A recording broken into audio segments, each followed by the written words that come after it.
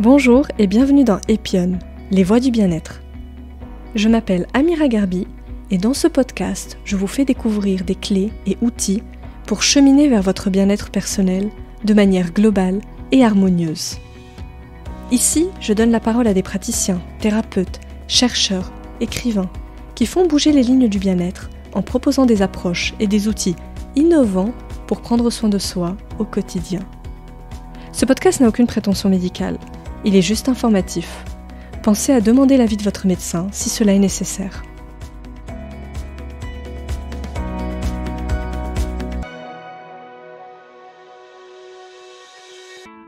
Dans cet épisode, j'ai la joie de recevoir Isabelle Veverka, coach en nutrition, spécialiste de l'alimentation IGBA et auteure de 3 livres sur le sujet, dont le dernier, Je transforme mes émotions pour ne plus les manger, paru aux éditions Larousse. Ensemble, on décrypte ce qu'est l'alimentation à indice glycémique bas, quels apports elle peut avoir dans la vie pour s'énergiser, mieux digérer, perdre du poids et être globalement en meilleure santé. Isabelle nous partage des conseils concrets et des idées de repas à intégrer facilement dans nos quotidiens souvent chargés. On parle de l'impact de nos émotions et du stress sur la prise ou la perte de poids et surtout de comment arrêter de manger nos émotions. Si vous aimez ce podcast et que vous souhaitez le soutenir, pensez à mettre 5 étoiles sur votre plateforme d'écoute préférée. Cela nous aide considérablement. Très belle écoute à tous. Bonjour Isabelle. Bonjour Amira. Isabelle, je suis ravie de te recevoir dans Epion Podcast. Merci d'être là avec nous. Avec plaisir, merci à toi de me recevoir. Avec grande joie. Alors Isabelle, aujourd'hui on va parler d'alimentation, d'indice glycémique, d'émotions, de joie, de plein de choses. Parler de ce qu'il y a dans nos assiettes aussi. Mais avant de parler de tout ça, est-ce que tu pourrais, s'il te plaît Isabelle, pour ceux et celles qui nous écoutent, te présenter et nous expliquer ton chemin jusqu'au sujet de l'alimentation et de la nutrition aujourd'hui? Alors oui, avec plaisir. Donc je m'appelle Isabelle Veverka, j'ai 41 ans, je suis mariée, j'ai 2 enfants et je suis coach en nutrition et psychologie positive. J'ai créé ma méthode, qui est la méthode Isabelle Minceur. Et en fait, cette méthode, elle est issue de ma propre expérience.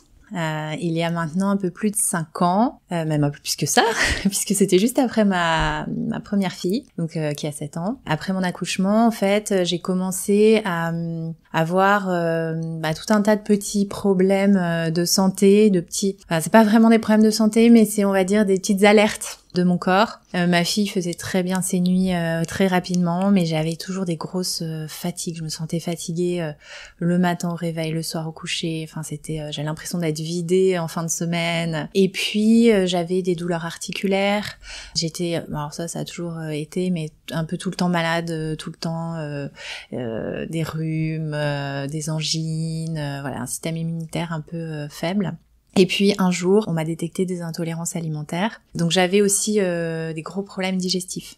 Tout le temps, cette impression d'avoir le ventre gonflé. Voilà. Donc c'était fort désagréable. Et donc voilà, j'ai commencé à m'intéresser au sujet de la nutrition un petit peu forcée, parce que intolérance alimentaire, je pouvais pas tout manger. Et j'ai réalisé en fait, en m'intéressant à ce sujet, que l'on mange va avoir un impact sur notre énergie, même plus que ça, sur notre humeur aussi. Et puis sur notre bien-être d'une manière générale. Donc j'ai testé plein de choses en nutrition parce que quand on commence à s'intéresser à ce sujet-là, on va trouver tout et son contraire. Donc voilà, j'ai fait mes petits tests. Et puis un jour, j'ai découvert l'alimentation à index glycémique bas. Et ça m'a paru logique. Et j'ai commencé à l'appliquer. Et là, très rapidement, j'ai senti avoir beaucoup plus d'énergie. Et puis aussi assez rapidement, mes douleurs.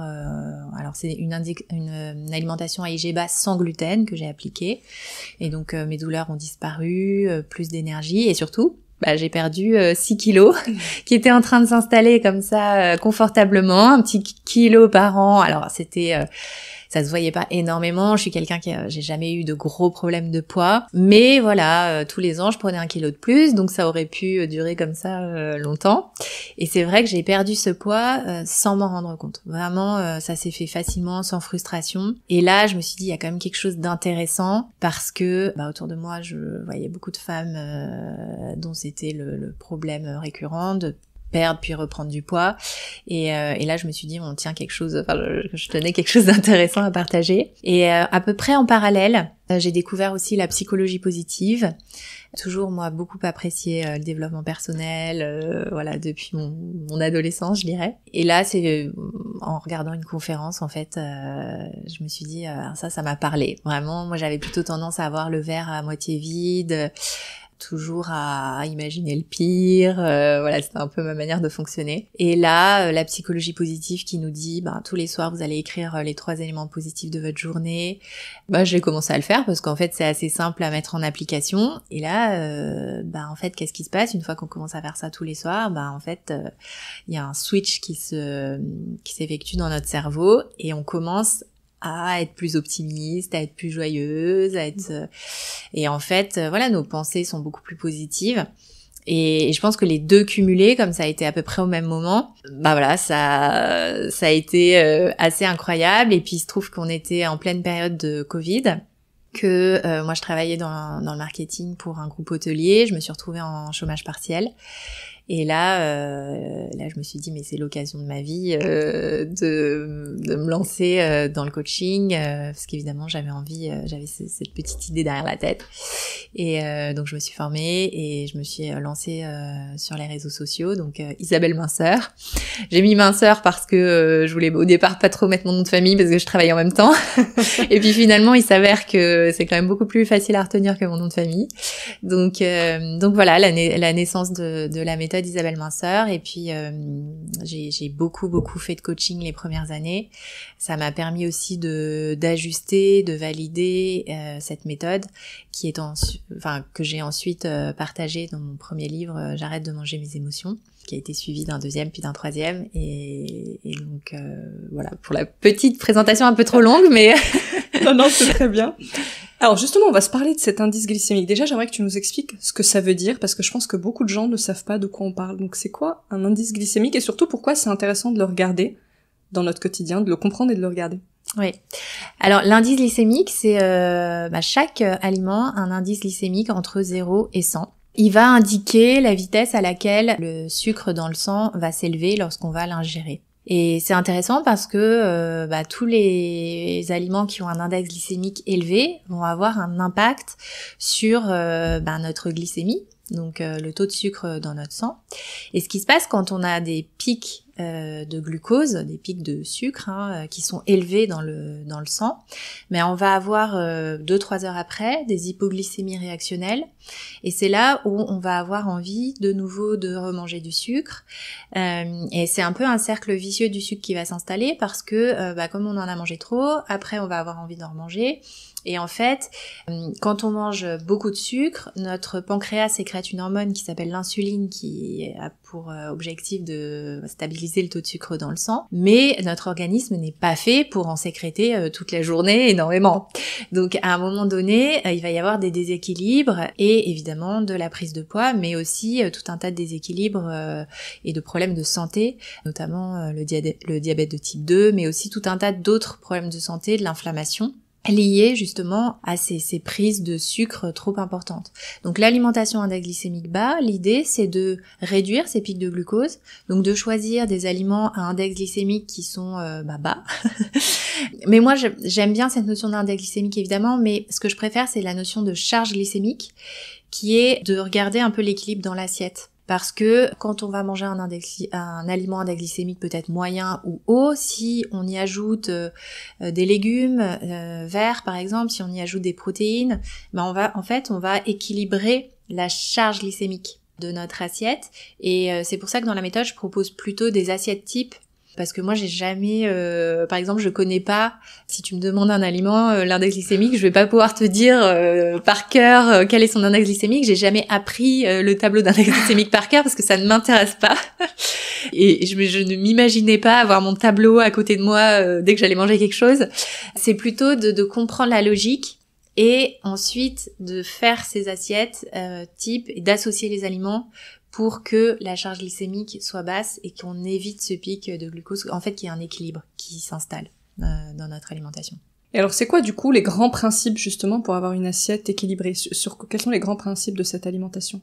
En fait, c'est la réduction des glucides. Donc les glucides, c'est les sucres, le sucre évidemment qu'on connaît tous, les bonbons, les gâteaux, les glaces, voilà, tout ça c'est du sucre. Mais ce que les gens savent moins souvent, c'est que le sucre, c'est aussi les glucides, donc les féculents, le pain, les pâtes, le riz, tout ça c'est du sucre. À l'époque, on parlait de sucre lent et de sucre rapide. Maintenant, on s'est rendu compte qu'en fait, ça avait le même effet sur l'élévation de la glycémie. Donc voilà, il y a plus ces notions. Désormais, on parle du coup d'index glycémique.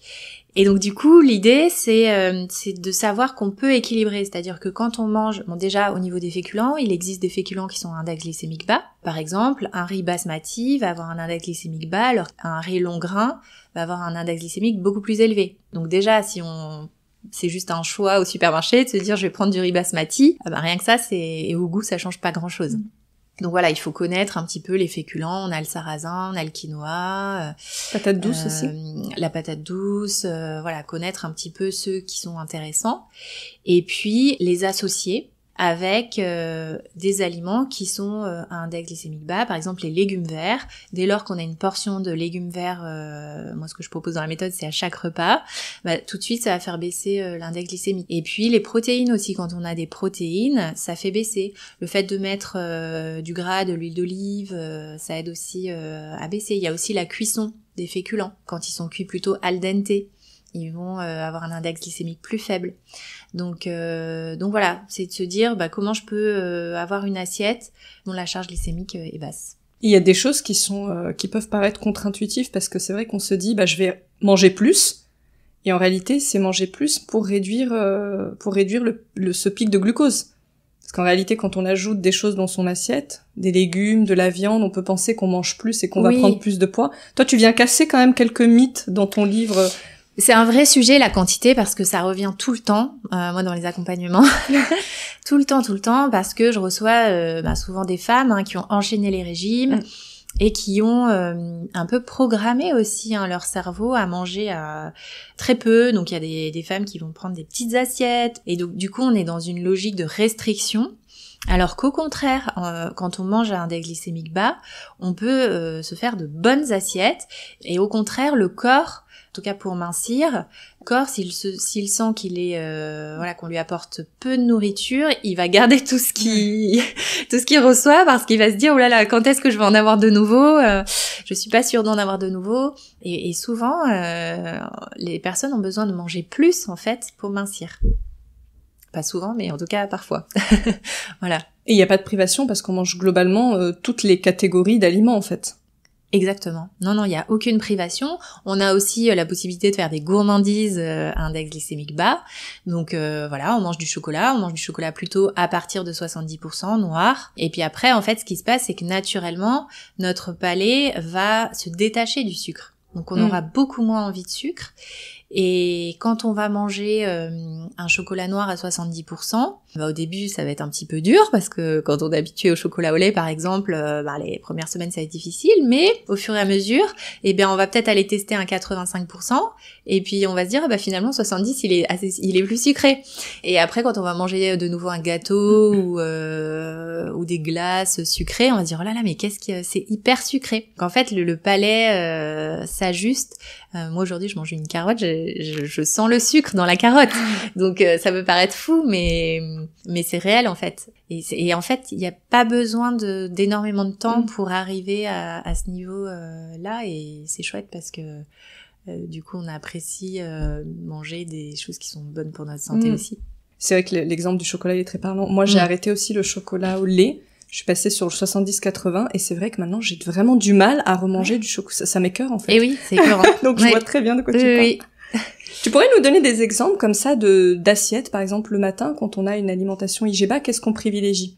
Alors moi dans la méthode, je privilégie une alimentation à index glycémique bas sans gluten. Pourquoi sans gluten? Parce qu'aujourd'hui, beaucoup de gens pensent que c'est une mode, le gluten, mais c'est pas le cas malheureusement. Le gluten a été tellement transformé qu'il va venir, c'est une colle en fait qui vient se coller à nos intestins et qui nous empêche de bien digérer. Donc il y a beaucoup de personnes, alors certains vont ressentir des problèmes digestifs, mais chez d'autres ça va être la prise de poids, chez d'autres ça va être le manque d'énergie, et en fait quand on arrive à manger sans gluten, au bout de 2-3 jours, tout de suite on sent une meilleure énergie, ça a aussi des impacts sur l'humeur, ça a des impacts à plein de niveaux. Tout ça pour te dire que pour répondre à ta question, au petit déjeuner, moi je vais proposer donc le petit déjeuner généralement qui est adopté, c'est la galette bretonne là au sarrasin, donc qui est donc sans gluten à index glycémique bas, avec par exemple des œufs ou du jambon ou du fromage de chèvre ou de brebis.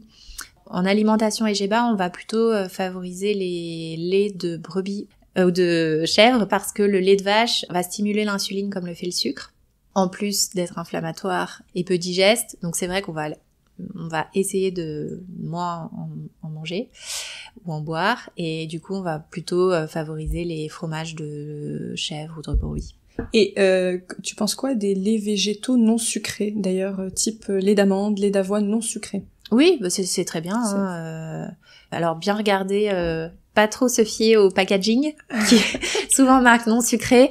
Bien regarder les étiquettes justement et regarder la ligne glucides. Glucides. C'est vraiment cette ligne-là qu'il faut regarder parce que le don sucre c'est les sucres ajoutés, mais glucides c'est le sucre total quoi. Donc il faut qu'il y ait 0 sur la ligne glucide. En tout cas le moins possible. Voilà. Voilà. Parfois entre deux marques il y a une vraie différence et donc ça vaut le coup de regarder. Donc une assiette plutôt salée avec des protéines. Voilà, c'est protéiné, sans gluten, index glycémique bas. Moi j'aime beaucoup les œufs pour le petit déjeuner. J'aime beaucoup parce que par goût, mais aussi d'un point de vue nutritionnel, c'est vraiment un aliment qui est top parce qu'il contient tout ce qu'il faut. Enfin c'est presque un aliment parfait, l'œuf. Et quand on le prend le matin, c'est vraiment intéressant. Pour nos fonctions cognitives, notamment ce qui contient de la choline et qui va aider les fonctions cognitives. Donc pour bien travailler le matin, pour être en forme, c'est l'idéal. Mais après voilà, pour les personnes qui aiment pas les œufs, du jambon, même des gens qui prennent du saumon fumé, enfin voilà, ça peut... J'en fais partie. Ah bah voilà, Et donc en fait, bon, c'est pas évident pour tout le monde de prendre un petit déj. Donc toi, je vois que déjà t'as fait peut-être des transformations. Je sais pas si tu pouvais manger sucré avant. Avant, fut un temps, je mangeais. Alors j'ai jamais mangé beaucoup sucré, mais je faisais des sortes de muesli et tout. D'accord. Et puis j'avais faim 2 heures après, donc j'ai complètement switché pour le petit déjeuner salé il y a 2-3 ans. Et c'est vrai que ça a été transformateur, ça a tout changé, ouais. Ah oui, ça change toute la journée en fait. Ouais. Déjà, on a beaucoup moins envie de sucrer tout au long de la journée. On n'a pas ces petites fringales de 11 heures dont tu parles. Et en fait, le matin, c'est un peu le moment clé parce que le matin, on a le taux de cortisol, l'hormone du stress, qui est élevé. Et quand, c'est normal, hein, c'est pour nous mettre en énergie, pour démarrer la journée. Mais c'est vrai que quand le cortisol est élevé, l'organisme sécrète du sucre dans le sang tout simplement pour lui donner de l'énergie parce qu'il se dit il y a du stress, il faut apporter de l'énergie. Donc si on vient mettre du sucre sur un taux de sucre déjà élevé dans le sang, voilà, c'est explosion en fait. Donc du coup le matin en particulier, c'est pour ça que dans la méthode vraiment j'explique cette notion de suivre la ligne du cortisol en fait, parce qu'il va baisser en fait en fin de journée le taux de cortisol, donc c'est là où c'est plutôt intéressant de manger plus de sucre plutôt à partir de 16 heures en fait. C'est pour ça que j'ai introduit un goûter dans la méthode, c'est moins gênant en tout cas. D'ailleurs, puisque tu parles du cortisol, je voulais te faire réagir. Moi, j'ai lu une étude, j'en ai lu plusieurs d'ailleurs, sur le café le matin. Et il y a plusieurs études, et je crois que tu en parles aussi un peu dans tes livres, qui conseillent de décaler. Donc souvent, on prend notre café au petit déjeuner. J'en faisais partie avant de lire ton livre.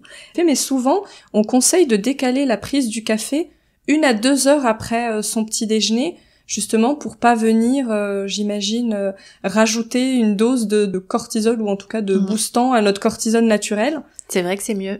C'est vrai que c'est mieux. Alors moi, j'ai carrément remplacé le café par l'infusion de gingembre. Mais c'est vrai qu'effectivement, sur le cortisol, le café a un effet booster. Hein, donc. Alors qu'on spontanément, on se dit, je suis un peu dans les vapes le matin, je vais me prendre un café pour me réveiller. Moi, je savais pas, donc j'ai découvert ça récemment. Et alors, du coup, la tisane de gingembre. Donc moi, du coup, suite à la lecture de ton livre, J'aime bien le gingembre, donc je me suis dit je vais tester la tisane de gingembre, et effectivement, donc ça fait on va dire 1 mois que j'ai commencé, je prends plus mon café le matin, enfin Oui. pas au petit déjeuner, je prends la tisane de gingembre citron, et je prends mon café du coup quand je me mets à travailler, enfin du coup une heure et demie après. Oui. Et c'est vrai que j'ai remarqué que je me sens plus en forme. Oui. J'ai moins le coup de barre, et puis j'ai moins envie tout de suite de reprendre un café 1 heure après le petit déjeuner. Et oui.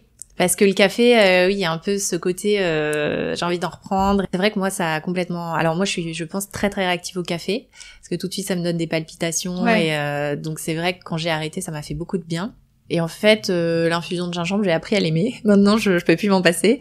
C'est vrai que bon, pour certaines personnes, au goût, voilà, c'est un peu étonnant. Mais c'est vraiment beaucoup de bienfaits. Le gingembre, c'est une épice qui est formidable, en fait. Ça va avoir ce côté drainant. Moi, c'est surtout pour la digestion. J'ai vu c'est-à-dire que si je prends une journée sans infusion de gingembre, bon après moi j'ai une faiblesse digestive, hein, parce que comme je te disais, j'avais beaucoup de problèmes digestifs. Mais là, ça a tout réglé. Vraiment, c'est fantastique. Le gingembre frais. Hein. Ok, très clair. Donc là, on a compris. Le matin, on prend du salé. Si on peut, plutôt une infusion, donc les laits plutôt de chèvre et de brebis. Oui, voilà. Après, voilà, si vous prenez du café, du thé, c'est pas gênant. Moi, l'infusion, je conseille d'en faire un thermos et de l'emmener au travail et puis de boire ça tout au long de la journée. Alors pas trop tard en fin de journée parce que comme il y a de la vitamine C, ça peut peut-être empêcher certains de dormir, mais moi j'en prends aussi l'après-midi sans problème. Ensuite, on a le déjeuner. Qu'est-ce que tu nous proposes, Isabelle, pour le déjeuner? Alors moi dans ma méthode, je propose de ne pas mettre de féculents au déjeuner pour plusieurs raisons. La première raison, c'est que lorsqu'on associe protéines animales et féculents, c'est très dur à digérer. C'est ça qui va souvent donner envie de faire la petite sieste parce que voilà, c'est lourd. Et puis la deuxième raison, c'est aussi parce que ça nous fait un repas sans féculents. Donc au global sur la journée, ça nous permet de limiter l'apport en sucre. Donc je propose une protéine plutôt animale. Pour la majorité des gens, ça passe. Les végétariens vont manger peut-être des œufs ou ce genre de choses. En bonne quantité, à peu près 1/3 de l'assiette. Ensuite, à chaque repas, midi et soir, des légumes drainants, donc c'est les fameux légumes verts. Mais voilà, pour quelqu'un qui a pas le temps, ça peut être juste une portion de salade verte, hein, tout simplement. Sinon, haricots verts, ça peut être aussi tout ce qui est famille des choux, choux-fleurs, choux de Bruxelles, etc. Attention cependant, parce que certaines personnes ne les digèrent pas. Donc vraiment, dans mon approche, il y a aussi cette notion de digestion. Parce qu'on peut manger les meilleurs aliments du monde, bio, nutritivement formidables, mais si on les digère pas, il n'y a aucun intérêt. Donc je pense que c'est important de s'écouter et de savoir quels sont les aliments qui passent pas. Et puis à un moment donné, ça passe pas, mais peut-être que quelques mois plus tard, ça va passer de nouveau, tout simplement parce que le microbiote intestinal va évoluer et à un moment donné, enfin moi j'en suis la preuve vivante, il y a des aliments que je pouvais pas manger il y a quelques années, que maintenant j'ai réintroduits et qui fonctionnent bien. Donc voilà, vraiment s'écouter au niveau de la digestion. Donc voilà, donc les légumes drainants, haricots verts, champignons, poivrons, enfin voilà, beaucoup de légumes. L'objectif, c'est ce côté un peu diurétique. C'est ça qui fait mincir, mais c'est aussi ça qui va, d'un point de vue santé, éliminer tout ce qui est mauvais, à faire travailler les reins, etc. dans l'organisme. Donc il y a le côté minceur, mais il y a aussi le côté santé. Et dernier tiers, donc c'est pour remplacer les féculents, pour être quand même assez rassasié après le déjeuner. Je propose soit des légumes que j'appelle les légumes rassasiants, la carotte, la patate douce, le butternut, potimarron, en gros tous les légumes orange. Il y a aussi le panais qui est blanc, qui vont avoir ce côté rassasiant, mais qui vont être plus digestes. Donc ça c'est plutôt l'hiver, parce que c'est un peu des légumes d'hiver. Ou alors l'été, de remplacer par du bon gras, donc de l'avocat, des olives, un petit peu de fromage chèvre ou brebis, des graines aussi, des graines ou des oléagineux. Tout ça, ça va rassasier tout en étant plus digeste. Et en fait, avec une assiette comme ça le midi, on se rend compte que on n'a pas envie de faire la sieste, qu'on a de l'énergie, qu'on digère bien. Et voilà. Ok, ensuite on a un petit goûter. Ensuite, ce que je propose, c'est de décaler le dessert au goûter. Alors, évidemment, il y a des personnes qui ont du mal à finir sur du salé le midi, donc on peut prendre un petit carré de chocolat ou quelques amandes ou voilà. Mais finalement, en fait, c'est vraiment une question d'habitude. Le dessert, c'est vraiment une question c'est culturel aussi, hein, parce qu'il y a certains pays où on prend pas de dessert. Enfin, il y en a beaucoup d'ailleurs. Et donc moi, je propose de décaler ce dessert au goûter pour d'une part avoir une petite pause dans l'après-midi, parce que voilà, faire une transition un peu entre sa journée de travail et puis la soirée, début de soirée. Enfin bon, c'est souvent, c'est pas vraiment soirée, mais c'est plutôt vers 17h à peu près. Et puis aussi parce qu'avec une assiette comme je la propose au déjeuner, on va bien digérer, donc on aura faim vers 4h30, 5h. Et ça permet aussi d'éviter le craquage du soir quand on arrive chez soi et qu'il est tard et que vous n'avez pas mangé depuis l'heure du déjeuner, et donc forcément en préparant à manger on se jette sur n'importe quoi. Généralement c'est le chocolat ou c'est le fromage ou c'est et donc beaucoup de gens me disaient non mais moi de toute façon les craquages c'est souvent soit le soir en rentrant chez soi, soit devant la télé, mais bon c'est le soir la majorité des craquages. Et souvent, voilà, avec le petit goûter, ça permet d'éviter les craquages. Donc au goûter, on va prendre, moi ce que je propose, c'est un peu de bon gras, donc soit un yaourt chèvre ou brebis, ou même au lait de coco. Il y a des yaourts au lait de coco qui sont très bien, un peu sucrés, ou alors des oléagineux, des amandes, noisettes, noix de cajou, avec un peu de chocolat pour le côté gourmandise, donc évidemment plutôt 70% minimum, et puis un fruit par exemple. Là, on va avoir un goûter sympa. Alors, faut pas hésiter à faire quelque chose de joli, à se prendre une petite coupelle, à couper le fruit, à couper des petites pépites de chocolat pour vraiment avoir apprécié aussi ce moment, pour se dire je me prends un peu de temps pour moi. D'une manière générale, vraiment dans la méthode, moi je pense que c'est important de mettre des couleurs dans l'assiette, de faire des belles assiettes, parce que le visuel va jouer aussi sur l'impression d'être rassasié et puis le plaisir qu'on va prendre à manger. C'est important de manger avec plaisir, parce que la frustration engendre beaucoup de craquage par la suite. Donc là, ça nous fait un joli goûter. Et au dîner ? Alors au dîner, c'est là où on va manger des féculents, mais on va manger des féculents qui sont index glycémique bas sans gluten, donc ils vont être plus digestes. Et puis en fait, le soir, c'est pas gênant si on mange des protéines et des féculents, parce que le soir on va se coucher. On a toute la nuit pour digérer, donc on n'a pas besoin d'avoir de l'énergie. Au contraire, on a besoin de préparer la nuit. Donc on va manger à peu près un quart de l'assiette de féculents index glycémique bas sans gluten. Donc on va manger donc le riz basmati par exemple, il peut y avoir du riz complet, le riz noir aussi c'est excellent. Donc c'est vrai que c'est des aliments que certains ne connaissent pas, mais généralement quand on teste, on apprécie le quinoa, le sarrasin, soit en galette, soit en petits grains. Pour remplacer les pâtes, il y a les spaghettis de riz complet, qui sont très bien. Et les pâtes aux lentilles corail, les pâtes au pois, les choses comme ça passe aussi, les pâtes de légumineuses. Donc voilà, à peu près un quart de... Ça peut être aussi dans le premier livre, par exemple, j'ai des recettes de pain aux amandes ou au sarrasin. On peut prendre aussi un peu de pain comme ça. C'est une portion de féculents. Un quart aussi de protéines. Alors le soir, ça peut être animal ou végétal, parce qu'en fait, les protéines végétales, il vaut mieux les associer à des féculents, pour que qu'elles soient plus complètes au niveau des apports. Donc pois chiches, lentilles corail, tout ça c'est super bon. Et ou alors tout simplement protéines animales, une tranche de saumon, des sardines, enfin ce qu'on veut. Et puis une bonne moitié quand même de l'assiette de légumes drainants. Voilà, pour avoir le côté minceur aussi dont je parlais. Ça peut être tout simplement une salade verte aussi. Et là, on peut se mettre des sauces, des huiles. Ah oui, bien au contraire. Alors ça, c'est pareil. C'est souvent une question qui revient souvent. Est-ce que je peux une demi-cuillerée à café ? Non, vous pouvez y aller. Vous pouvez y aller sur l'huile d'olive. C'est excellent. C'est bon pour la santé. Au contraire, faire des bonnes sauces. Rajouter un peu d'échalotes, d'épices, des petites graines dans les salades, graines de courge. Tout ça, c'est sympa et ça apporte du goût. Et c'est important aussi je mets du lait de coco aussi quand on fait par exemple des currys, du lait de coco, de la crème de coco.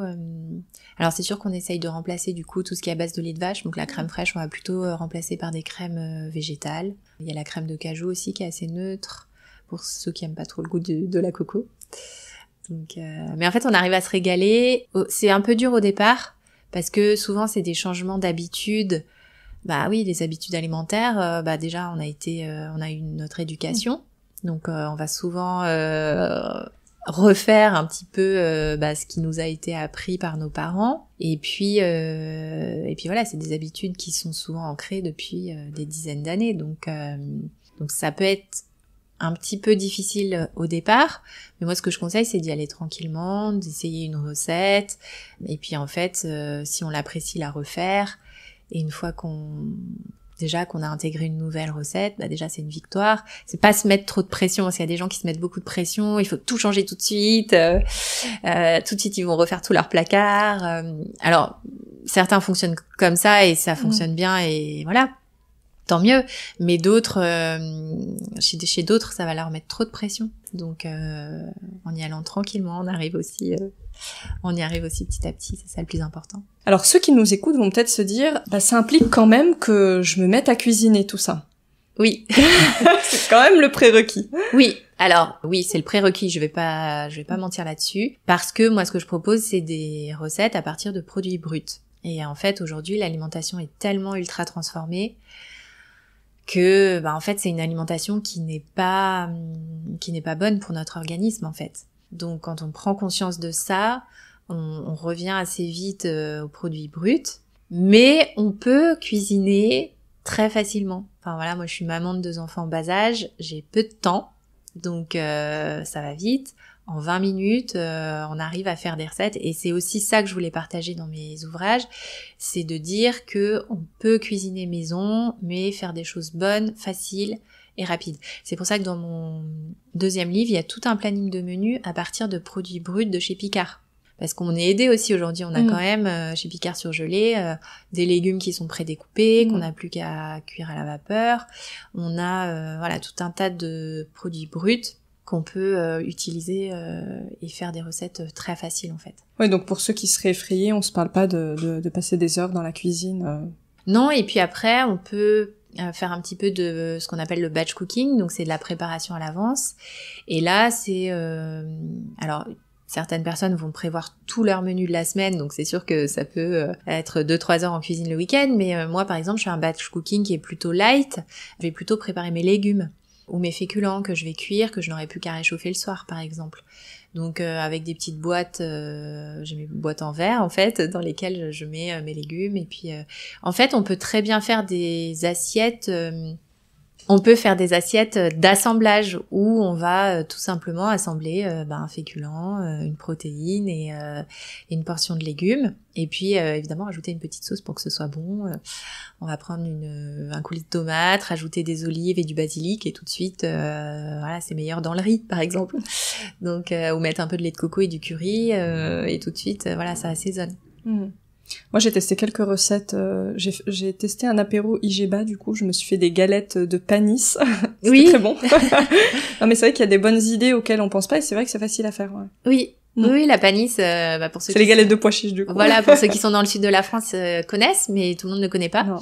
Et en fait, on peut faire, ça s'achète, en plus tout fait, c'est super bon. Et quand on va au restaurant, parce que quand même, dans nos vies actives, on mange souvent à l'extérieur, pas forcément que acheter au supermarché, mais comment on peut faire pour choisir des choses, faire des choix intelligents quand on est au restaurant, typiquement? Alors, beaucoup de gens pensent que c'est plus difficile au restaurant, et je trouve qu'au contraire. Parce que, bien souvent, beaucoup de gens n'osent pas demander, en fait, des ajustements. Moi, comme j'ai des intolérances alimentaires, en fait, je suis obligée de demander des ajustements, et jamais j'ai eu un retour négatif, en fait. Donc, on peut tout à fait prendre un plat et demander à remplacer le riz ou les pâtes par une ratatouille ou des haricots verts. Donc, il suffit d'oser demander. Et puis, peut-être choisir plutôt une entrée, un plat, qu'un dessert systématiquement. Évidemment, on peut se faire... En fait, au restaurant, soit on décide de se faire plaisir, et à ce moment-là, c'est assumé et sans culpabilité. Soit on décide de faire un petit peu un entre-deux. Vous allez prendre par exemple un burger et puis mettre une salade à côté. Voilà, c'est de se dire je prends le burger sans les frites et voilà. C'est déjà bien. Soit je dis je suis la méthode complètement, et à ce moment-là je demande des ajustements, je vais prendre plutôt une entrée et un plat, éviter le dessert, et puis je vais peut-être me prendre un carré de chocolat en rentrant chez moi ou au bureau. Voilà, on peut trouver des ajustements facilement dans beaucoup de restaurants. Bon, c'est plutôt rassurant du coup. Oui. On peut continuer à vivre, quoi, parce que l'idée c'est que ça s'intègre. Ah oui. En tout cas, c'est un des messages de ton livre, c'est que ça doit s'intégrer dans notre routine, c'est pas... Complètement. Ça doit pas être contraignant et pesant, quoi. Complètement, et il peut y avoir des écarts, c'est-à-dire que, évidemment, moi je parle d'une alimentation à index glycémique basse sans gluten, mais si dimanche t'es invité à un anniversaire et qu'il y a un gâteau, tu vas manger une part de gâteau, en fait c'est pas ça qui va tout changer, en fait, c'est... Bon, sauf si vraiment la personne a des gros problèmes digestifs et se rend compte que dès qu'elle mange du gluten, elle met 3 jours à s'en remettre, ce qui est mon cas. Mais non, généralement, il est possible de faire des petits écarts. Après, évidemment, si c'est un écart tous les jours, à un moment donné, ça va pas fonctionner. C'est aussi d'avoir une certaine discipline. Moi, j'aime bien ce mot-là, positive. C'est aussi de se dire que ce qu'on mange, c'est notre carburant, en fait. Donc, c'est aussi de prendre conscience de ça. Et de se dire que on n'a pas envie de manger des cochonneries parce que quand on mange des cochonneries, il y a des répercussions sur notre santé. Moi, c'est vrai que j'ai quand même une approche qui est quand même évidemment minceur, mais c'est la minceur pour la santé, pour le bien-être, aussi esthétique évidemment, parce que voilà, quand on a des kilos en trop, on se sent pas bien dans son corps et ça va avoir un impact sur son bien-être. Mais voilà, il faut aussi prendre conscience du fait que manger trop de cochonneries a des impacts, un jour ou l'autre en fait.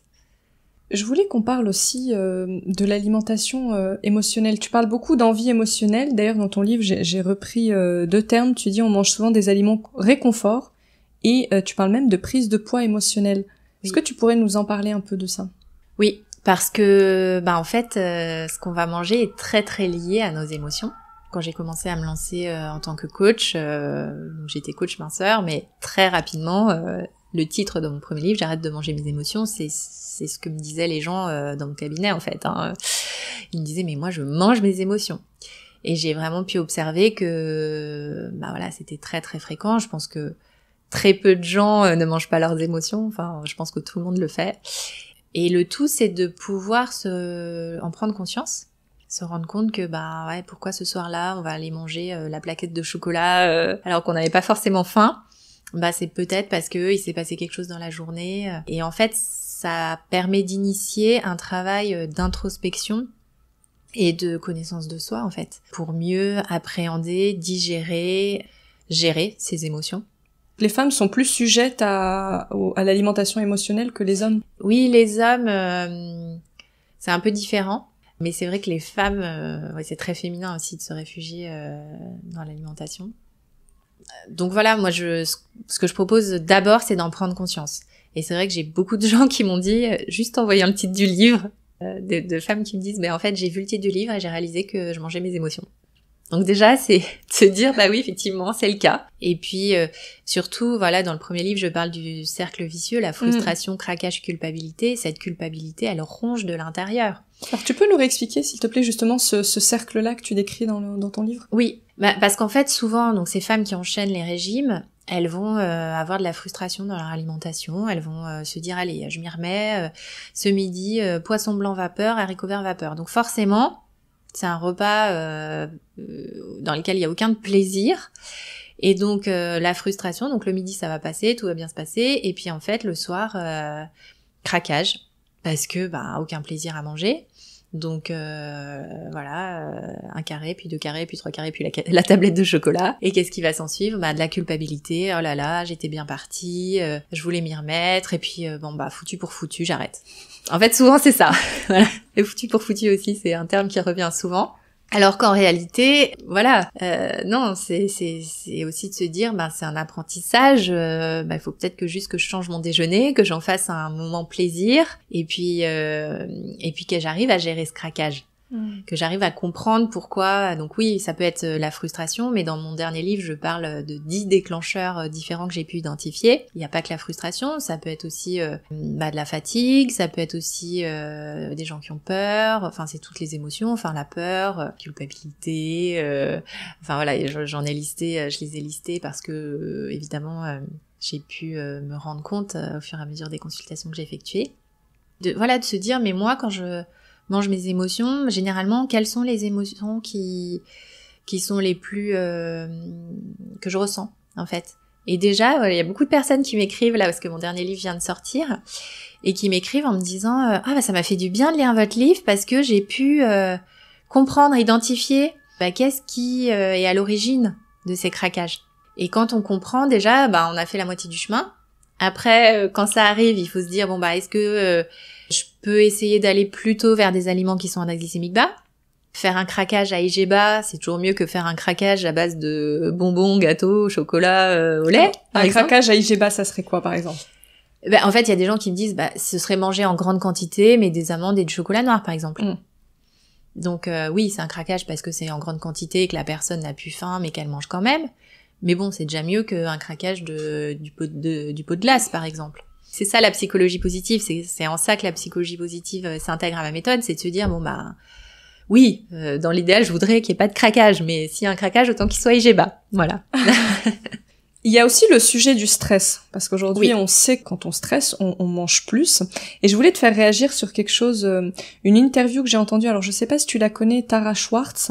Non. C'est une neuroscientifique, elle est professeure au MIT, et elle a identifié un lien entre le stress et la prise de poids abdominale, donc la graisse abdominale. Et elle expliquait que notamment quand on stresse, on a tendance à stocker plutôt au niveau du ventre. Et c'est intéressant parce que du coup, en fait, on peut essayer tout ce qu'on veut, changer son alimentation, tant qu'on stresse, en fait, on pourra pas aller plus loin. Ah, le ventre, c'est notre deuxième cerveau, on le sait maintenant.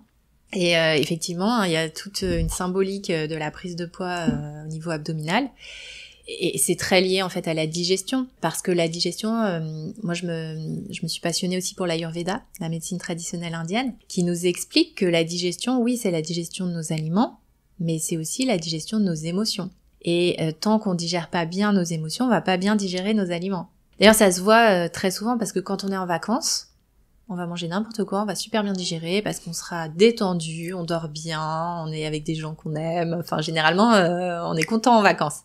Alors que quand on se retrouve hyper stressé, en fait, ça bloque au niveau digestif. D'où l'intérêt vraiment de prendre soin de sa digestion et évidemment de son stress, parce que le stress a un impact direct sur la digestion. Donc effectivement, le sujet du ventre plat, d'ailleurs moi aussi j'ai un podcast et j'ai fait un épisode cette semaine, c'est rigolo, sur le ventre. Oui, parce que le ventre plat, c'est un vrai sujet qui revient le tout ventre, le temps. Ouais, le ventre. Tout le temps. On peut perdre du poids facilement ailleurs, mais le ventre, il y a vraiment, ça semble être compliqué pour beaucoup de monde, quoi. Oui. Et c'est travailler sur son stress, c'est travailler aussi en psychologie positive. On parle beaucoup de, il y a les 5 facteurs du bien-être, donc les émotions positives, le sens de la vie, l'engagement, les relations sociales épanouissantes et le sentiment d'accomplissement. Donc ça, c'est les 5 facteurs du bien-être en psychologie positive. Et en fait, le ventre, c'est aussi se sentir aligné dans sa vie, donc faire des choses qui ont du sens, l'engagement aussi c'est hyper important, et puis aussi les relations en fait, ça a un impact sur le ventre parce que voilà, si on est entouré de personnes toxiques ou dans un environnement toxique, évidemment ça va bloquer au niveau du ventre. Donc oui, le ventre plat c'est un sujet hyper intéressant. Donc c'est quand même important de bien aussi réguler son stress, et puis là tout ce que tu cites vient agir à la baisse sur le stress, toutes ces émotions positives, le lien social, ça vient apaiser notre anxiété, et notre niveau du coup, ce fameux cortisol dont on parle tout le temps, qui est cette hormone du stress. En fait, c'est de rajouter, prendre conscience aussi. Enfin moi, quand j'ai démarré cette méthode pour moi, j'avais un niveau de stress qui était élevé, parce que c'est vrai que j'en ai pas parlé, mais j'ai eu quand même, au travail. Alors je dirais pas le mot burn-out, mais j'ai eu une grosse crise d'angoisse, j'ai été arrêtée plusieurs jours, je pense que j'avais atteint mes limites en fait. Petit à petit, j'ai commencé des petites choses pour prendre soin de moi. Et en fait, pour les gens très très stressés, c'est de commencer petit par des respirations, mais peut-être 5 minutes par jour, s'accorder du temps aussi. Parce que quand on est une femme, qu'on a des enfants, c'est souvent la famille et le travail en premier, et puis il reste plus de temps pour soi. Donc c'est aussi un moment de se dire je me remets au centre de mes priorités. Le stress, pour les gens qui sont dans des situations de stress personnel ou professionnel, c'est aussi un moment de se dire j'ai le choix en fait. J'ai le choix à un moment de faire cesser cette situation. Donc moi je pense qu'on a toujours le choix. Certaines personnes vous diront non mais j'ai pas le choix. En fait si, parce qu'il y a des situations qui sont invivables pour certaines personnes. Donc forcément elles sont rongées par le stress et les kilos ne peuvent pas être délogés dans ces cas-là. C'est pas possible. Et du coup, si on se parle un peu de psychologie positive, toi, sur quels outils tu t'appuies? Comment tu l'intègres justement dans l'alimentation? Est-ce que tu as des outils, des pratiques? Tu parles un peu de visualisation, notamment dans ton livre. Oui. Alors, le premier outil de base, je dirais, c'est ce que j'appelle le carnet du positif. Donc effectivement, il est issu de cet exercice dont je te parlais, la psychologie positive, qui est d'écrire les éléments positifs de sa journée. Donc moi, je l'ajuste au projet minceur en demandant aux personnes d'écrire toute leur alimentation de la journée, même s'il y a eu des craquages, mais en entourant ou en surlignant en vert le positif, justement pour éviter de s'endormir sur de la culpabilité. Donc c'est ça qui est important, c'est de se dire j'ai quand même fait des choses bien et j'avance et demain sera un autre jour et peut-être qu'il sera encore mieux et voilà, pour se dire écrire aussi donc les 3 éléments positifs de sa journée, 3 ou plus parce que moi j'ai commencé avec 3 mais maintenant j'en ai au moins 15 ou 20 chaque soir donc c'est chouette enfin quand on commence cette dynamique là en fait on en trouve énormément. Et c'est des choses basiques, une conversation, un message reçu, voilà, une bonne recette que j'ai cuisinée, des petites choses du quotidien en fait, un lever de soleil, un coucher de soleil. Voilà. Et puis d'inscrire, moi je mets aussi d'inscrire l'activité physique. Voilà, est-ce que j'ai pris les escaliers à la place de l'ascenseur, est-ce que j'ai marché un peu, est-ce que j'ai fait un peu de sport, voilà.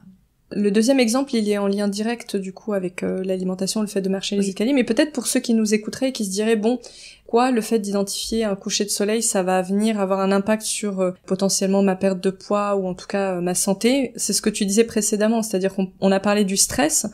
Tous ces éléments que tu cites vont venir apaiser mon anxiété, vont mettre l'accent sur le positif.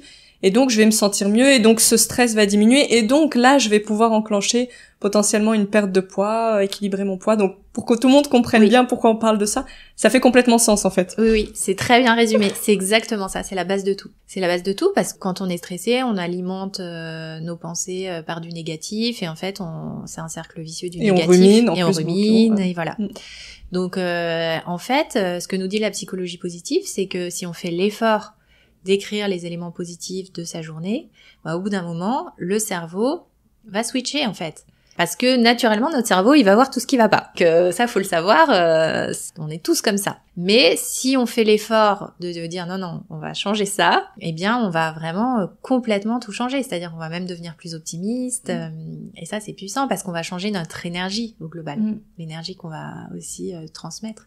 Mais c'est vrai qu'on pense pas le faire pour l'alimentation. Tu vois, c'est intéressant parce que... C'est pour ça que j'ai adapté... Parce que c'est vrai que de voir aussi, de se dire, je me suis aussi cuisiné quelque chose, ça me fait du bien, je me suis bien nourrie, enfin... Oui. C'est et de se dire, j'ai fait du bien. Quand on se fait une recette... saine, de se dire je fais du bien à mon corps. Ouais. Donc se remercier de prendre soin de soi aussi, c'est important. Ouais, c'est clair, moi je trouve que ça fait vraiment sens effectivement de lier les deux et c'est vrai que ça fait du bien. Est-ce qu'il y a d'autres outils que tu utilises ou que qu'on pourrait utiliser? Le deuxième outil c'est le tableau de visualisation. Donc ça c'est un petit mix de psychologie positive et de loi d'attraction. Je suis passionnée par la loi d'attraction. Je trouve ça hyper puissant. C'est le fait d'attirer à soi, en fait, de dire que nos pensées créent notre réalité, en fait. Donc, si on a des pensées plutôt négatives, on va avoir des choses pas top dans notre vie. Alors qu'au contraire, si on a des pensées positives, si on fait cet effort justement d'être plus positif, il va nous arriver des choses incroyables. Et moi, je l'ai expérimenté personnellement, donc c'est vrai que quand on commence à avoir des résultats, c'est très très puissant. Et l'une des bases de la loi d'attraction, c'est de dire qu'il faut être positif. C'est de poser des intentions, quels sont mes objectifs, mais tout en gardant un état d'esprit positif. Et donc c'est pour ça que dans le tableau de visualisation que je propose 4 piliers qui sont en lien en fait avec les 5 facteurs du bien-être en psychologie positive dont je parlais tout à l'heure. Donc le premier pilier, c'est le projet minceur. On peut l'appeler projet bien-être pour les personnes qui n'ont pas à perdre de poids. Et là, c'est le sentiment d'accomplissement, c'est de se dire j'ai envie de faire du sport, donc là on va mettre des images, on va mettre des mots et on va poser nos objectifs. J'ai envie de faire 15 minutes de pédalier tous les jours, j'ai envie de faire des nouvelles recettes saines, donc on met des images. Si je veux mincir, j'ai envie, on peut mettre le poids cible, je veux peser 60 kilos, être très clair sur les objectifs. Deuxième pilier, c'est prendre soin de soi. Donc là, ça va venir activer les émotions positives dans la psychologie positive. Donc qu'est-ce qui me fait du bien? Qu'est-ce que j'ai envie d'essayer que je ne connais pas pour me faire du bien? Et parfois aussi, qu'est-ce que je faisais auparavant? Souvent pour les femmes qui ont eu des enfants, c'est qu'est-ce que je faisais avant d'avoir des enfants que j'ai lâché et que je ne fais plus et que je pourrais faire de nouveau. Donc voilà, c'est vraiment de balayer assez large et d'en prendre soin de soi. Évidemment, il y a tout ce qui est lié au bien-être, physique, massage, automassage, prendre soin de son apparence, ce genre de choses. Mais il y a aussi tout ce qui est lié à l'auto-bienveillance. Me féliciter, la manière dont dont on se parle intérieurement en fait. Donc faire attention à sa critique interne aussi. Voilà. Cette petite voix. Cette petite voix, de se dire que au lieu de voir tout ce qui va pas et tout ce qu'on a mal fait, on peut voir aussi tout ce qu'on a bien fait et se féliciter en fait. Donc ça c'est important. Le troisième pilier, c'est tout ce qui est relations sociales épanouissantes. Ça c'est hyper intéressant parce que rarement on fait cet exercice de prendre quelques minutes pour se dire mon cercle de relations. Donc c'est évidemment le couple, la famille et puis les amis et les collègues globalement. De faire le point, est-ce que c'est des gens qui me tirent vers le haut? Est-ce que c'est des gens, quand je les vois, je me sens bien? Ou au contraire, est-ce que je me sens tout le temps stressée quand je les vois? Ou est-ce que ça va me plomber quand je vais voir tel ou tel collègue? Donc voilà, c'est d'être au clair là-dessus et décider parfois aussi de se dire je vais mettre de la distance avec certaines personnes ou au contraire je vais voir plus certaines personnes parce qu'elles me font du bien et aujourd'hui je les vois pas assez. On en revient au choix. Voilà. Faire des choix. Faire des choix pour son bien-être. Ouais, exactement. Voilà. Et on en revient toujours aussi au ressenti. Quand je vois cette personne, quand je vais déjeuner avec cette amie, comment je ressors après? Est-ce que j'ai la pêche ou est-ce qu'au contraire j'ai pas le moral? Donc oui, parce qu'il y a cette fameuse aussi contagion émotionnelle. Exactement. En fait, on dit qu'on est la moyenne des 5 personnes qu'on fréquente le plus souvent et je pense que c'est vrai. Et en fait, ça se fait assez naturellement. Plus on prend soin de soi, plus on décide à un moment de se remettre au centre de ses priorités. L'entourage change en fait. Oui. Et on attire plutôt à soi des gens positifs, qui sont aussi dans cette démarche en fait. Et le dernier, juste que je termine sur le dernier, c'est les projets. Donc professionnels ou personnels. Et là, faut pas hésiter à voir grand. Moi j'avais mis écrire un livre, ça a marché. Et en fait, c'est des gens qui vont mettre sauter en parachute, faire tel voyage. Faut vraiment retourner, à ce dont on rêvait, enfant, ado. En fait, on peut vraiment aujourd'hui, on peut faire des formations, on peut réaliser des rêves jusqu'à très tard. Il n'y a pas d'âge en fait pour réaliser ses rêves, moi je pense. Donc, je pense que ça fait un bon mot de la fin. Il n'y a pas d'âge pour réaliser ses rêves, quel qu'il soit. On a beaucoup parlé d'alimentation, mais c'est vrai que ce que tu proposes va en fait au-delà. C'est comment bien vivre dans sa vie et comment adopter aussi un état d'esprit positif qui serve sa santé, son bien-être, sa ligne. Donc voilà, j'espère qu'on aura planté des petites graines au cours de cet échange, Isabelle. Où est-ce qu'on peut te retrouver pour ceux qui auraient envie de venir à toi, lire tes livres? Donc sur Instagram, Isabelle Minceur. Donc j'ai aussi un podcast sur Spotify, Isabelle Minceur. Et puis mon site web, www.isabelleminceur.com. Et mes livres sont en librairie, sur Amazon.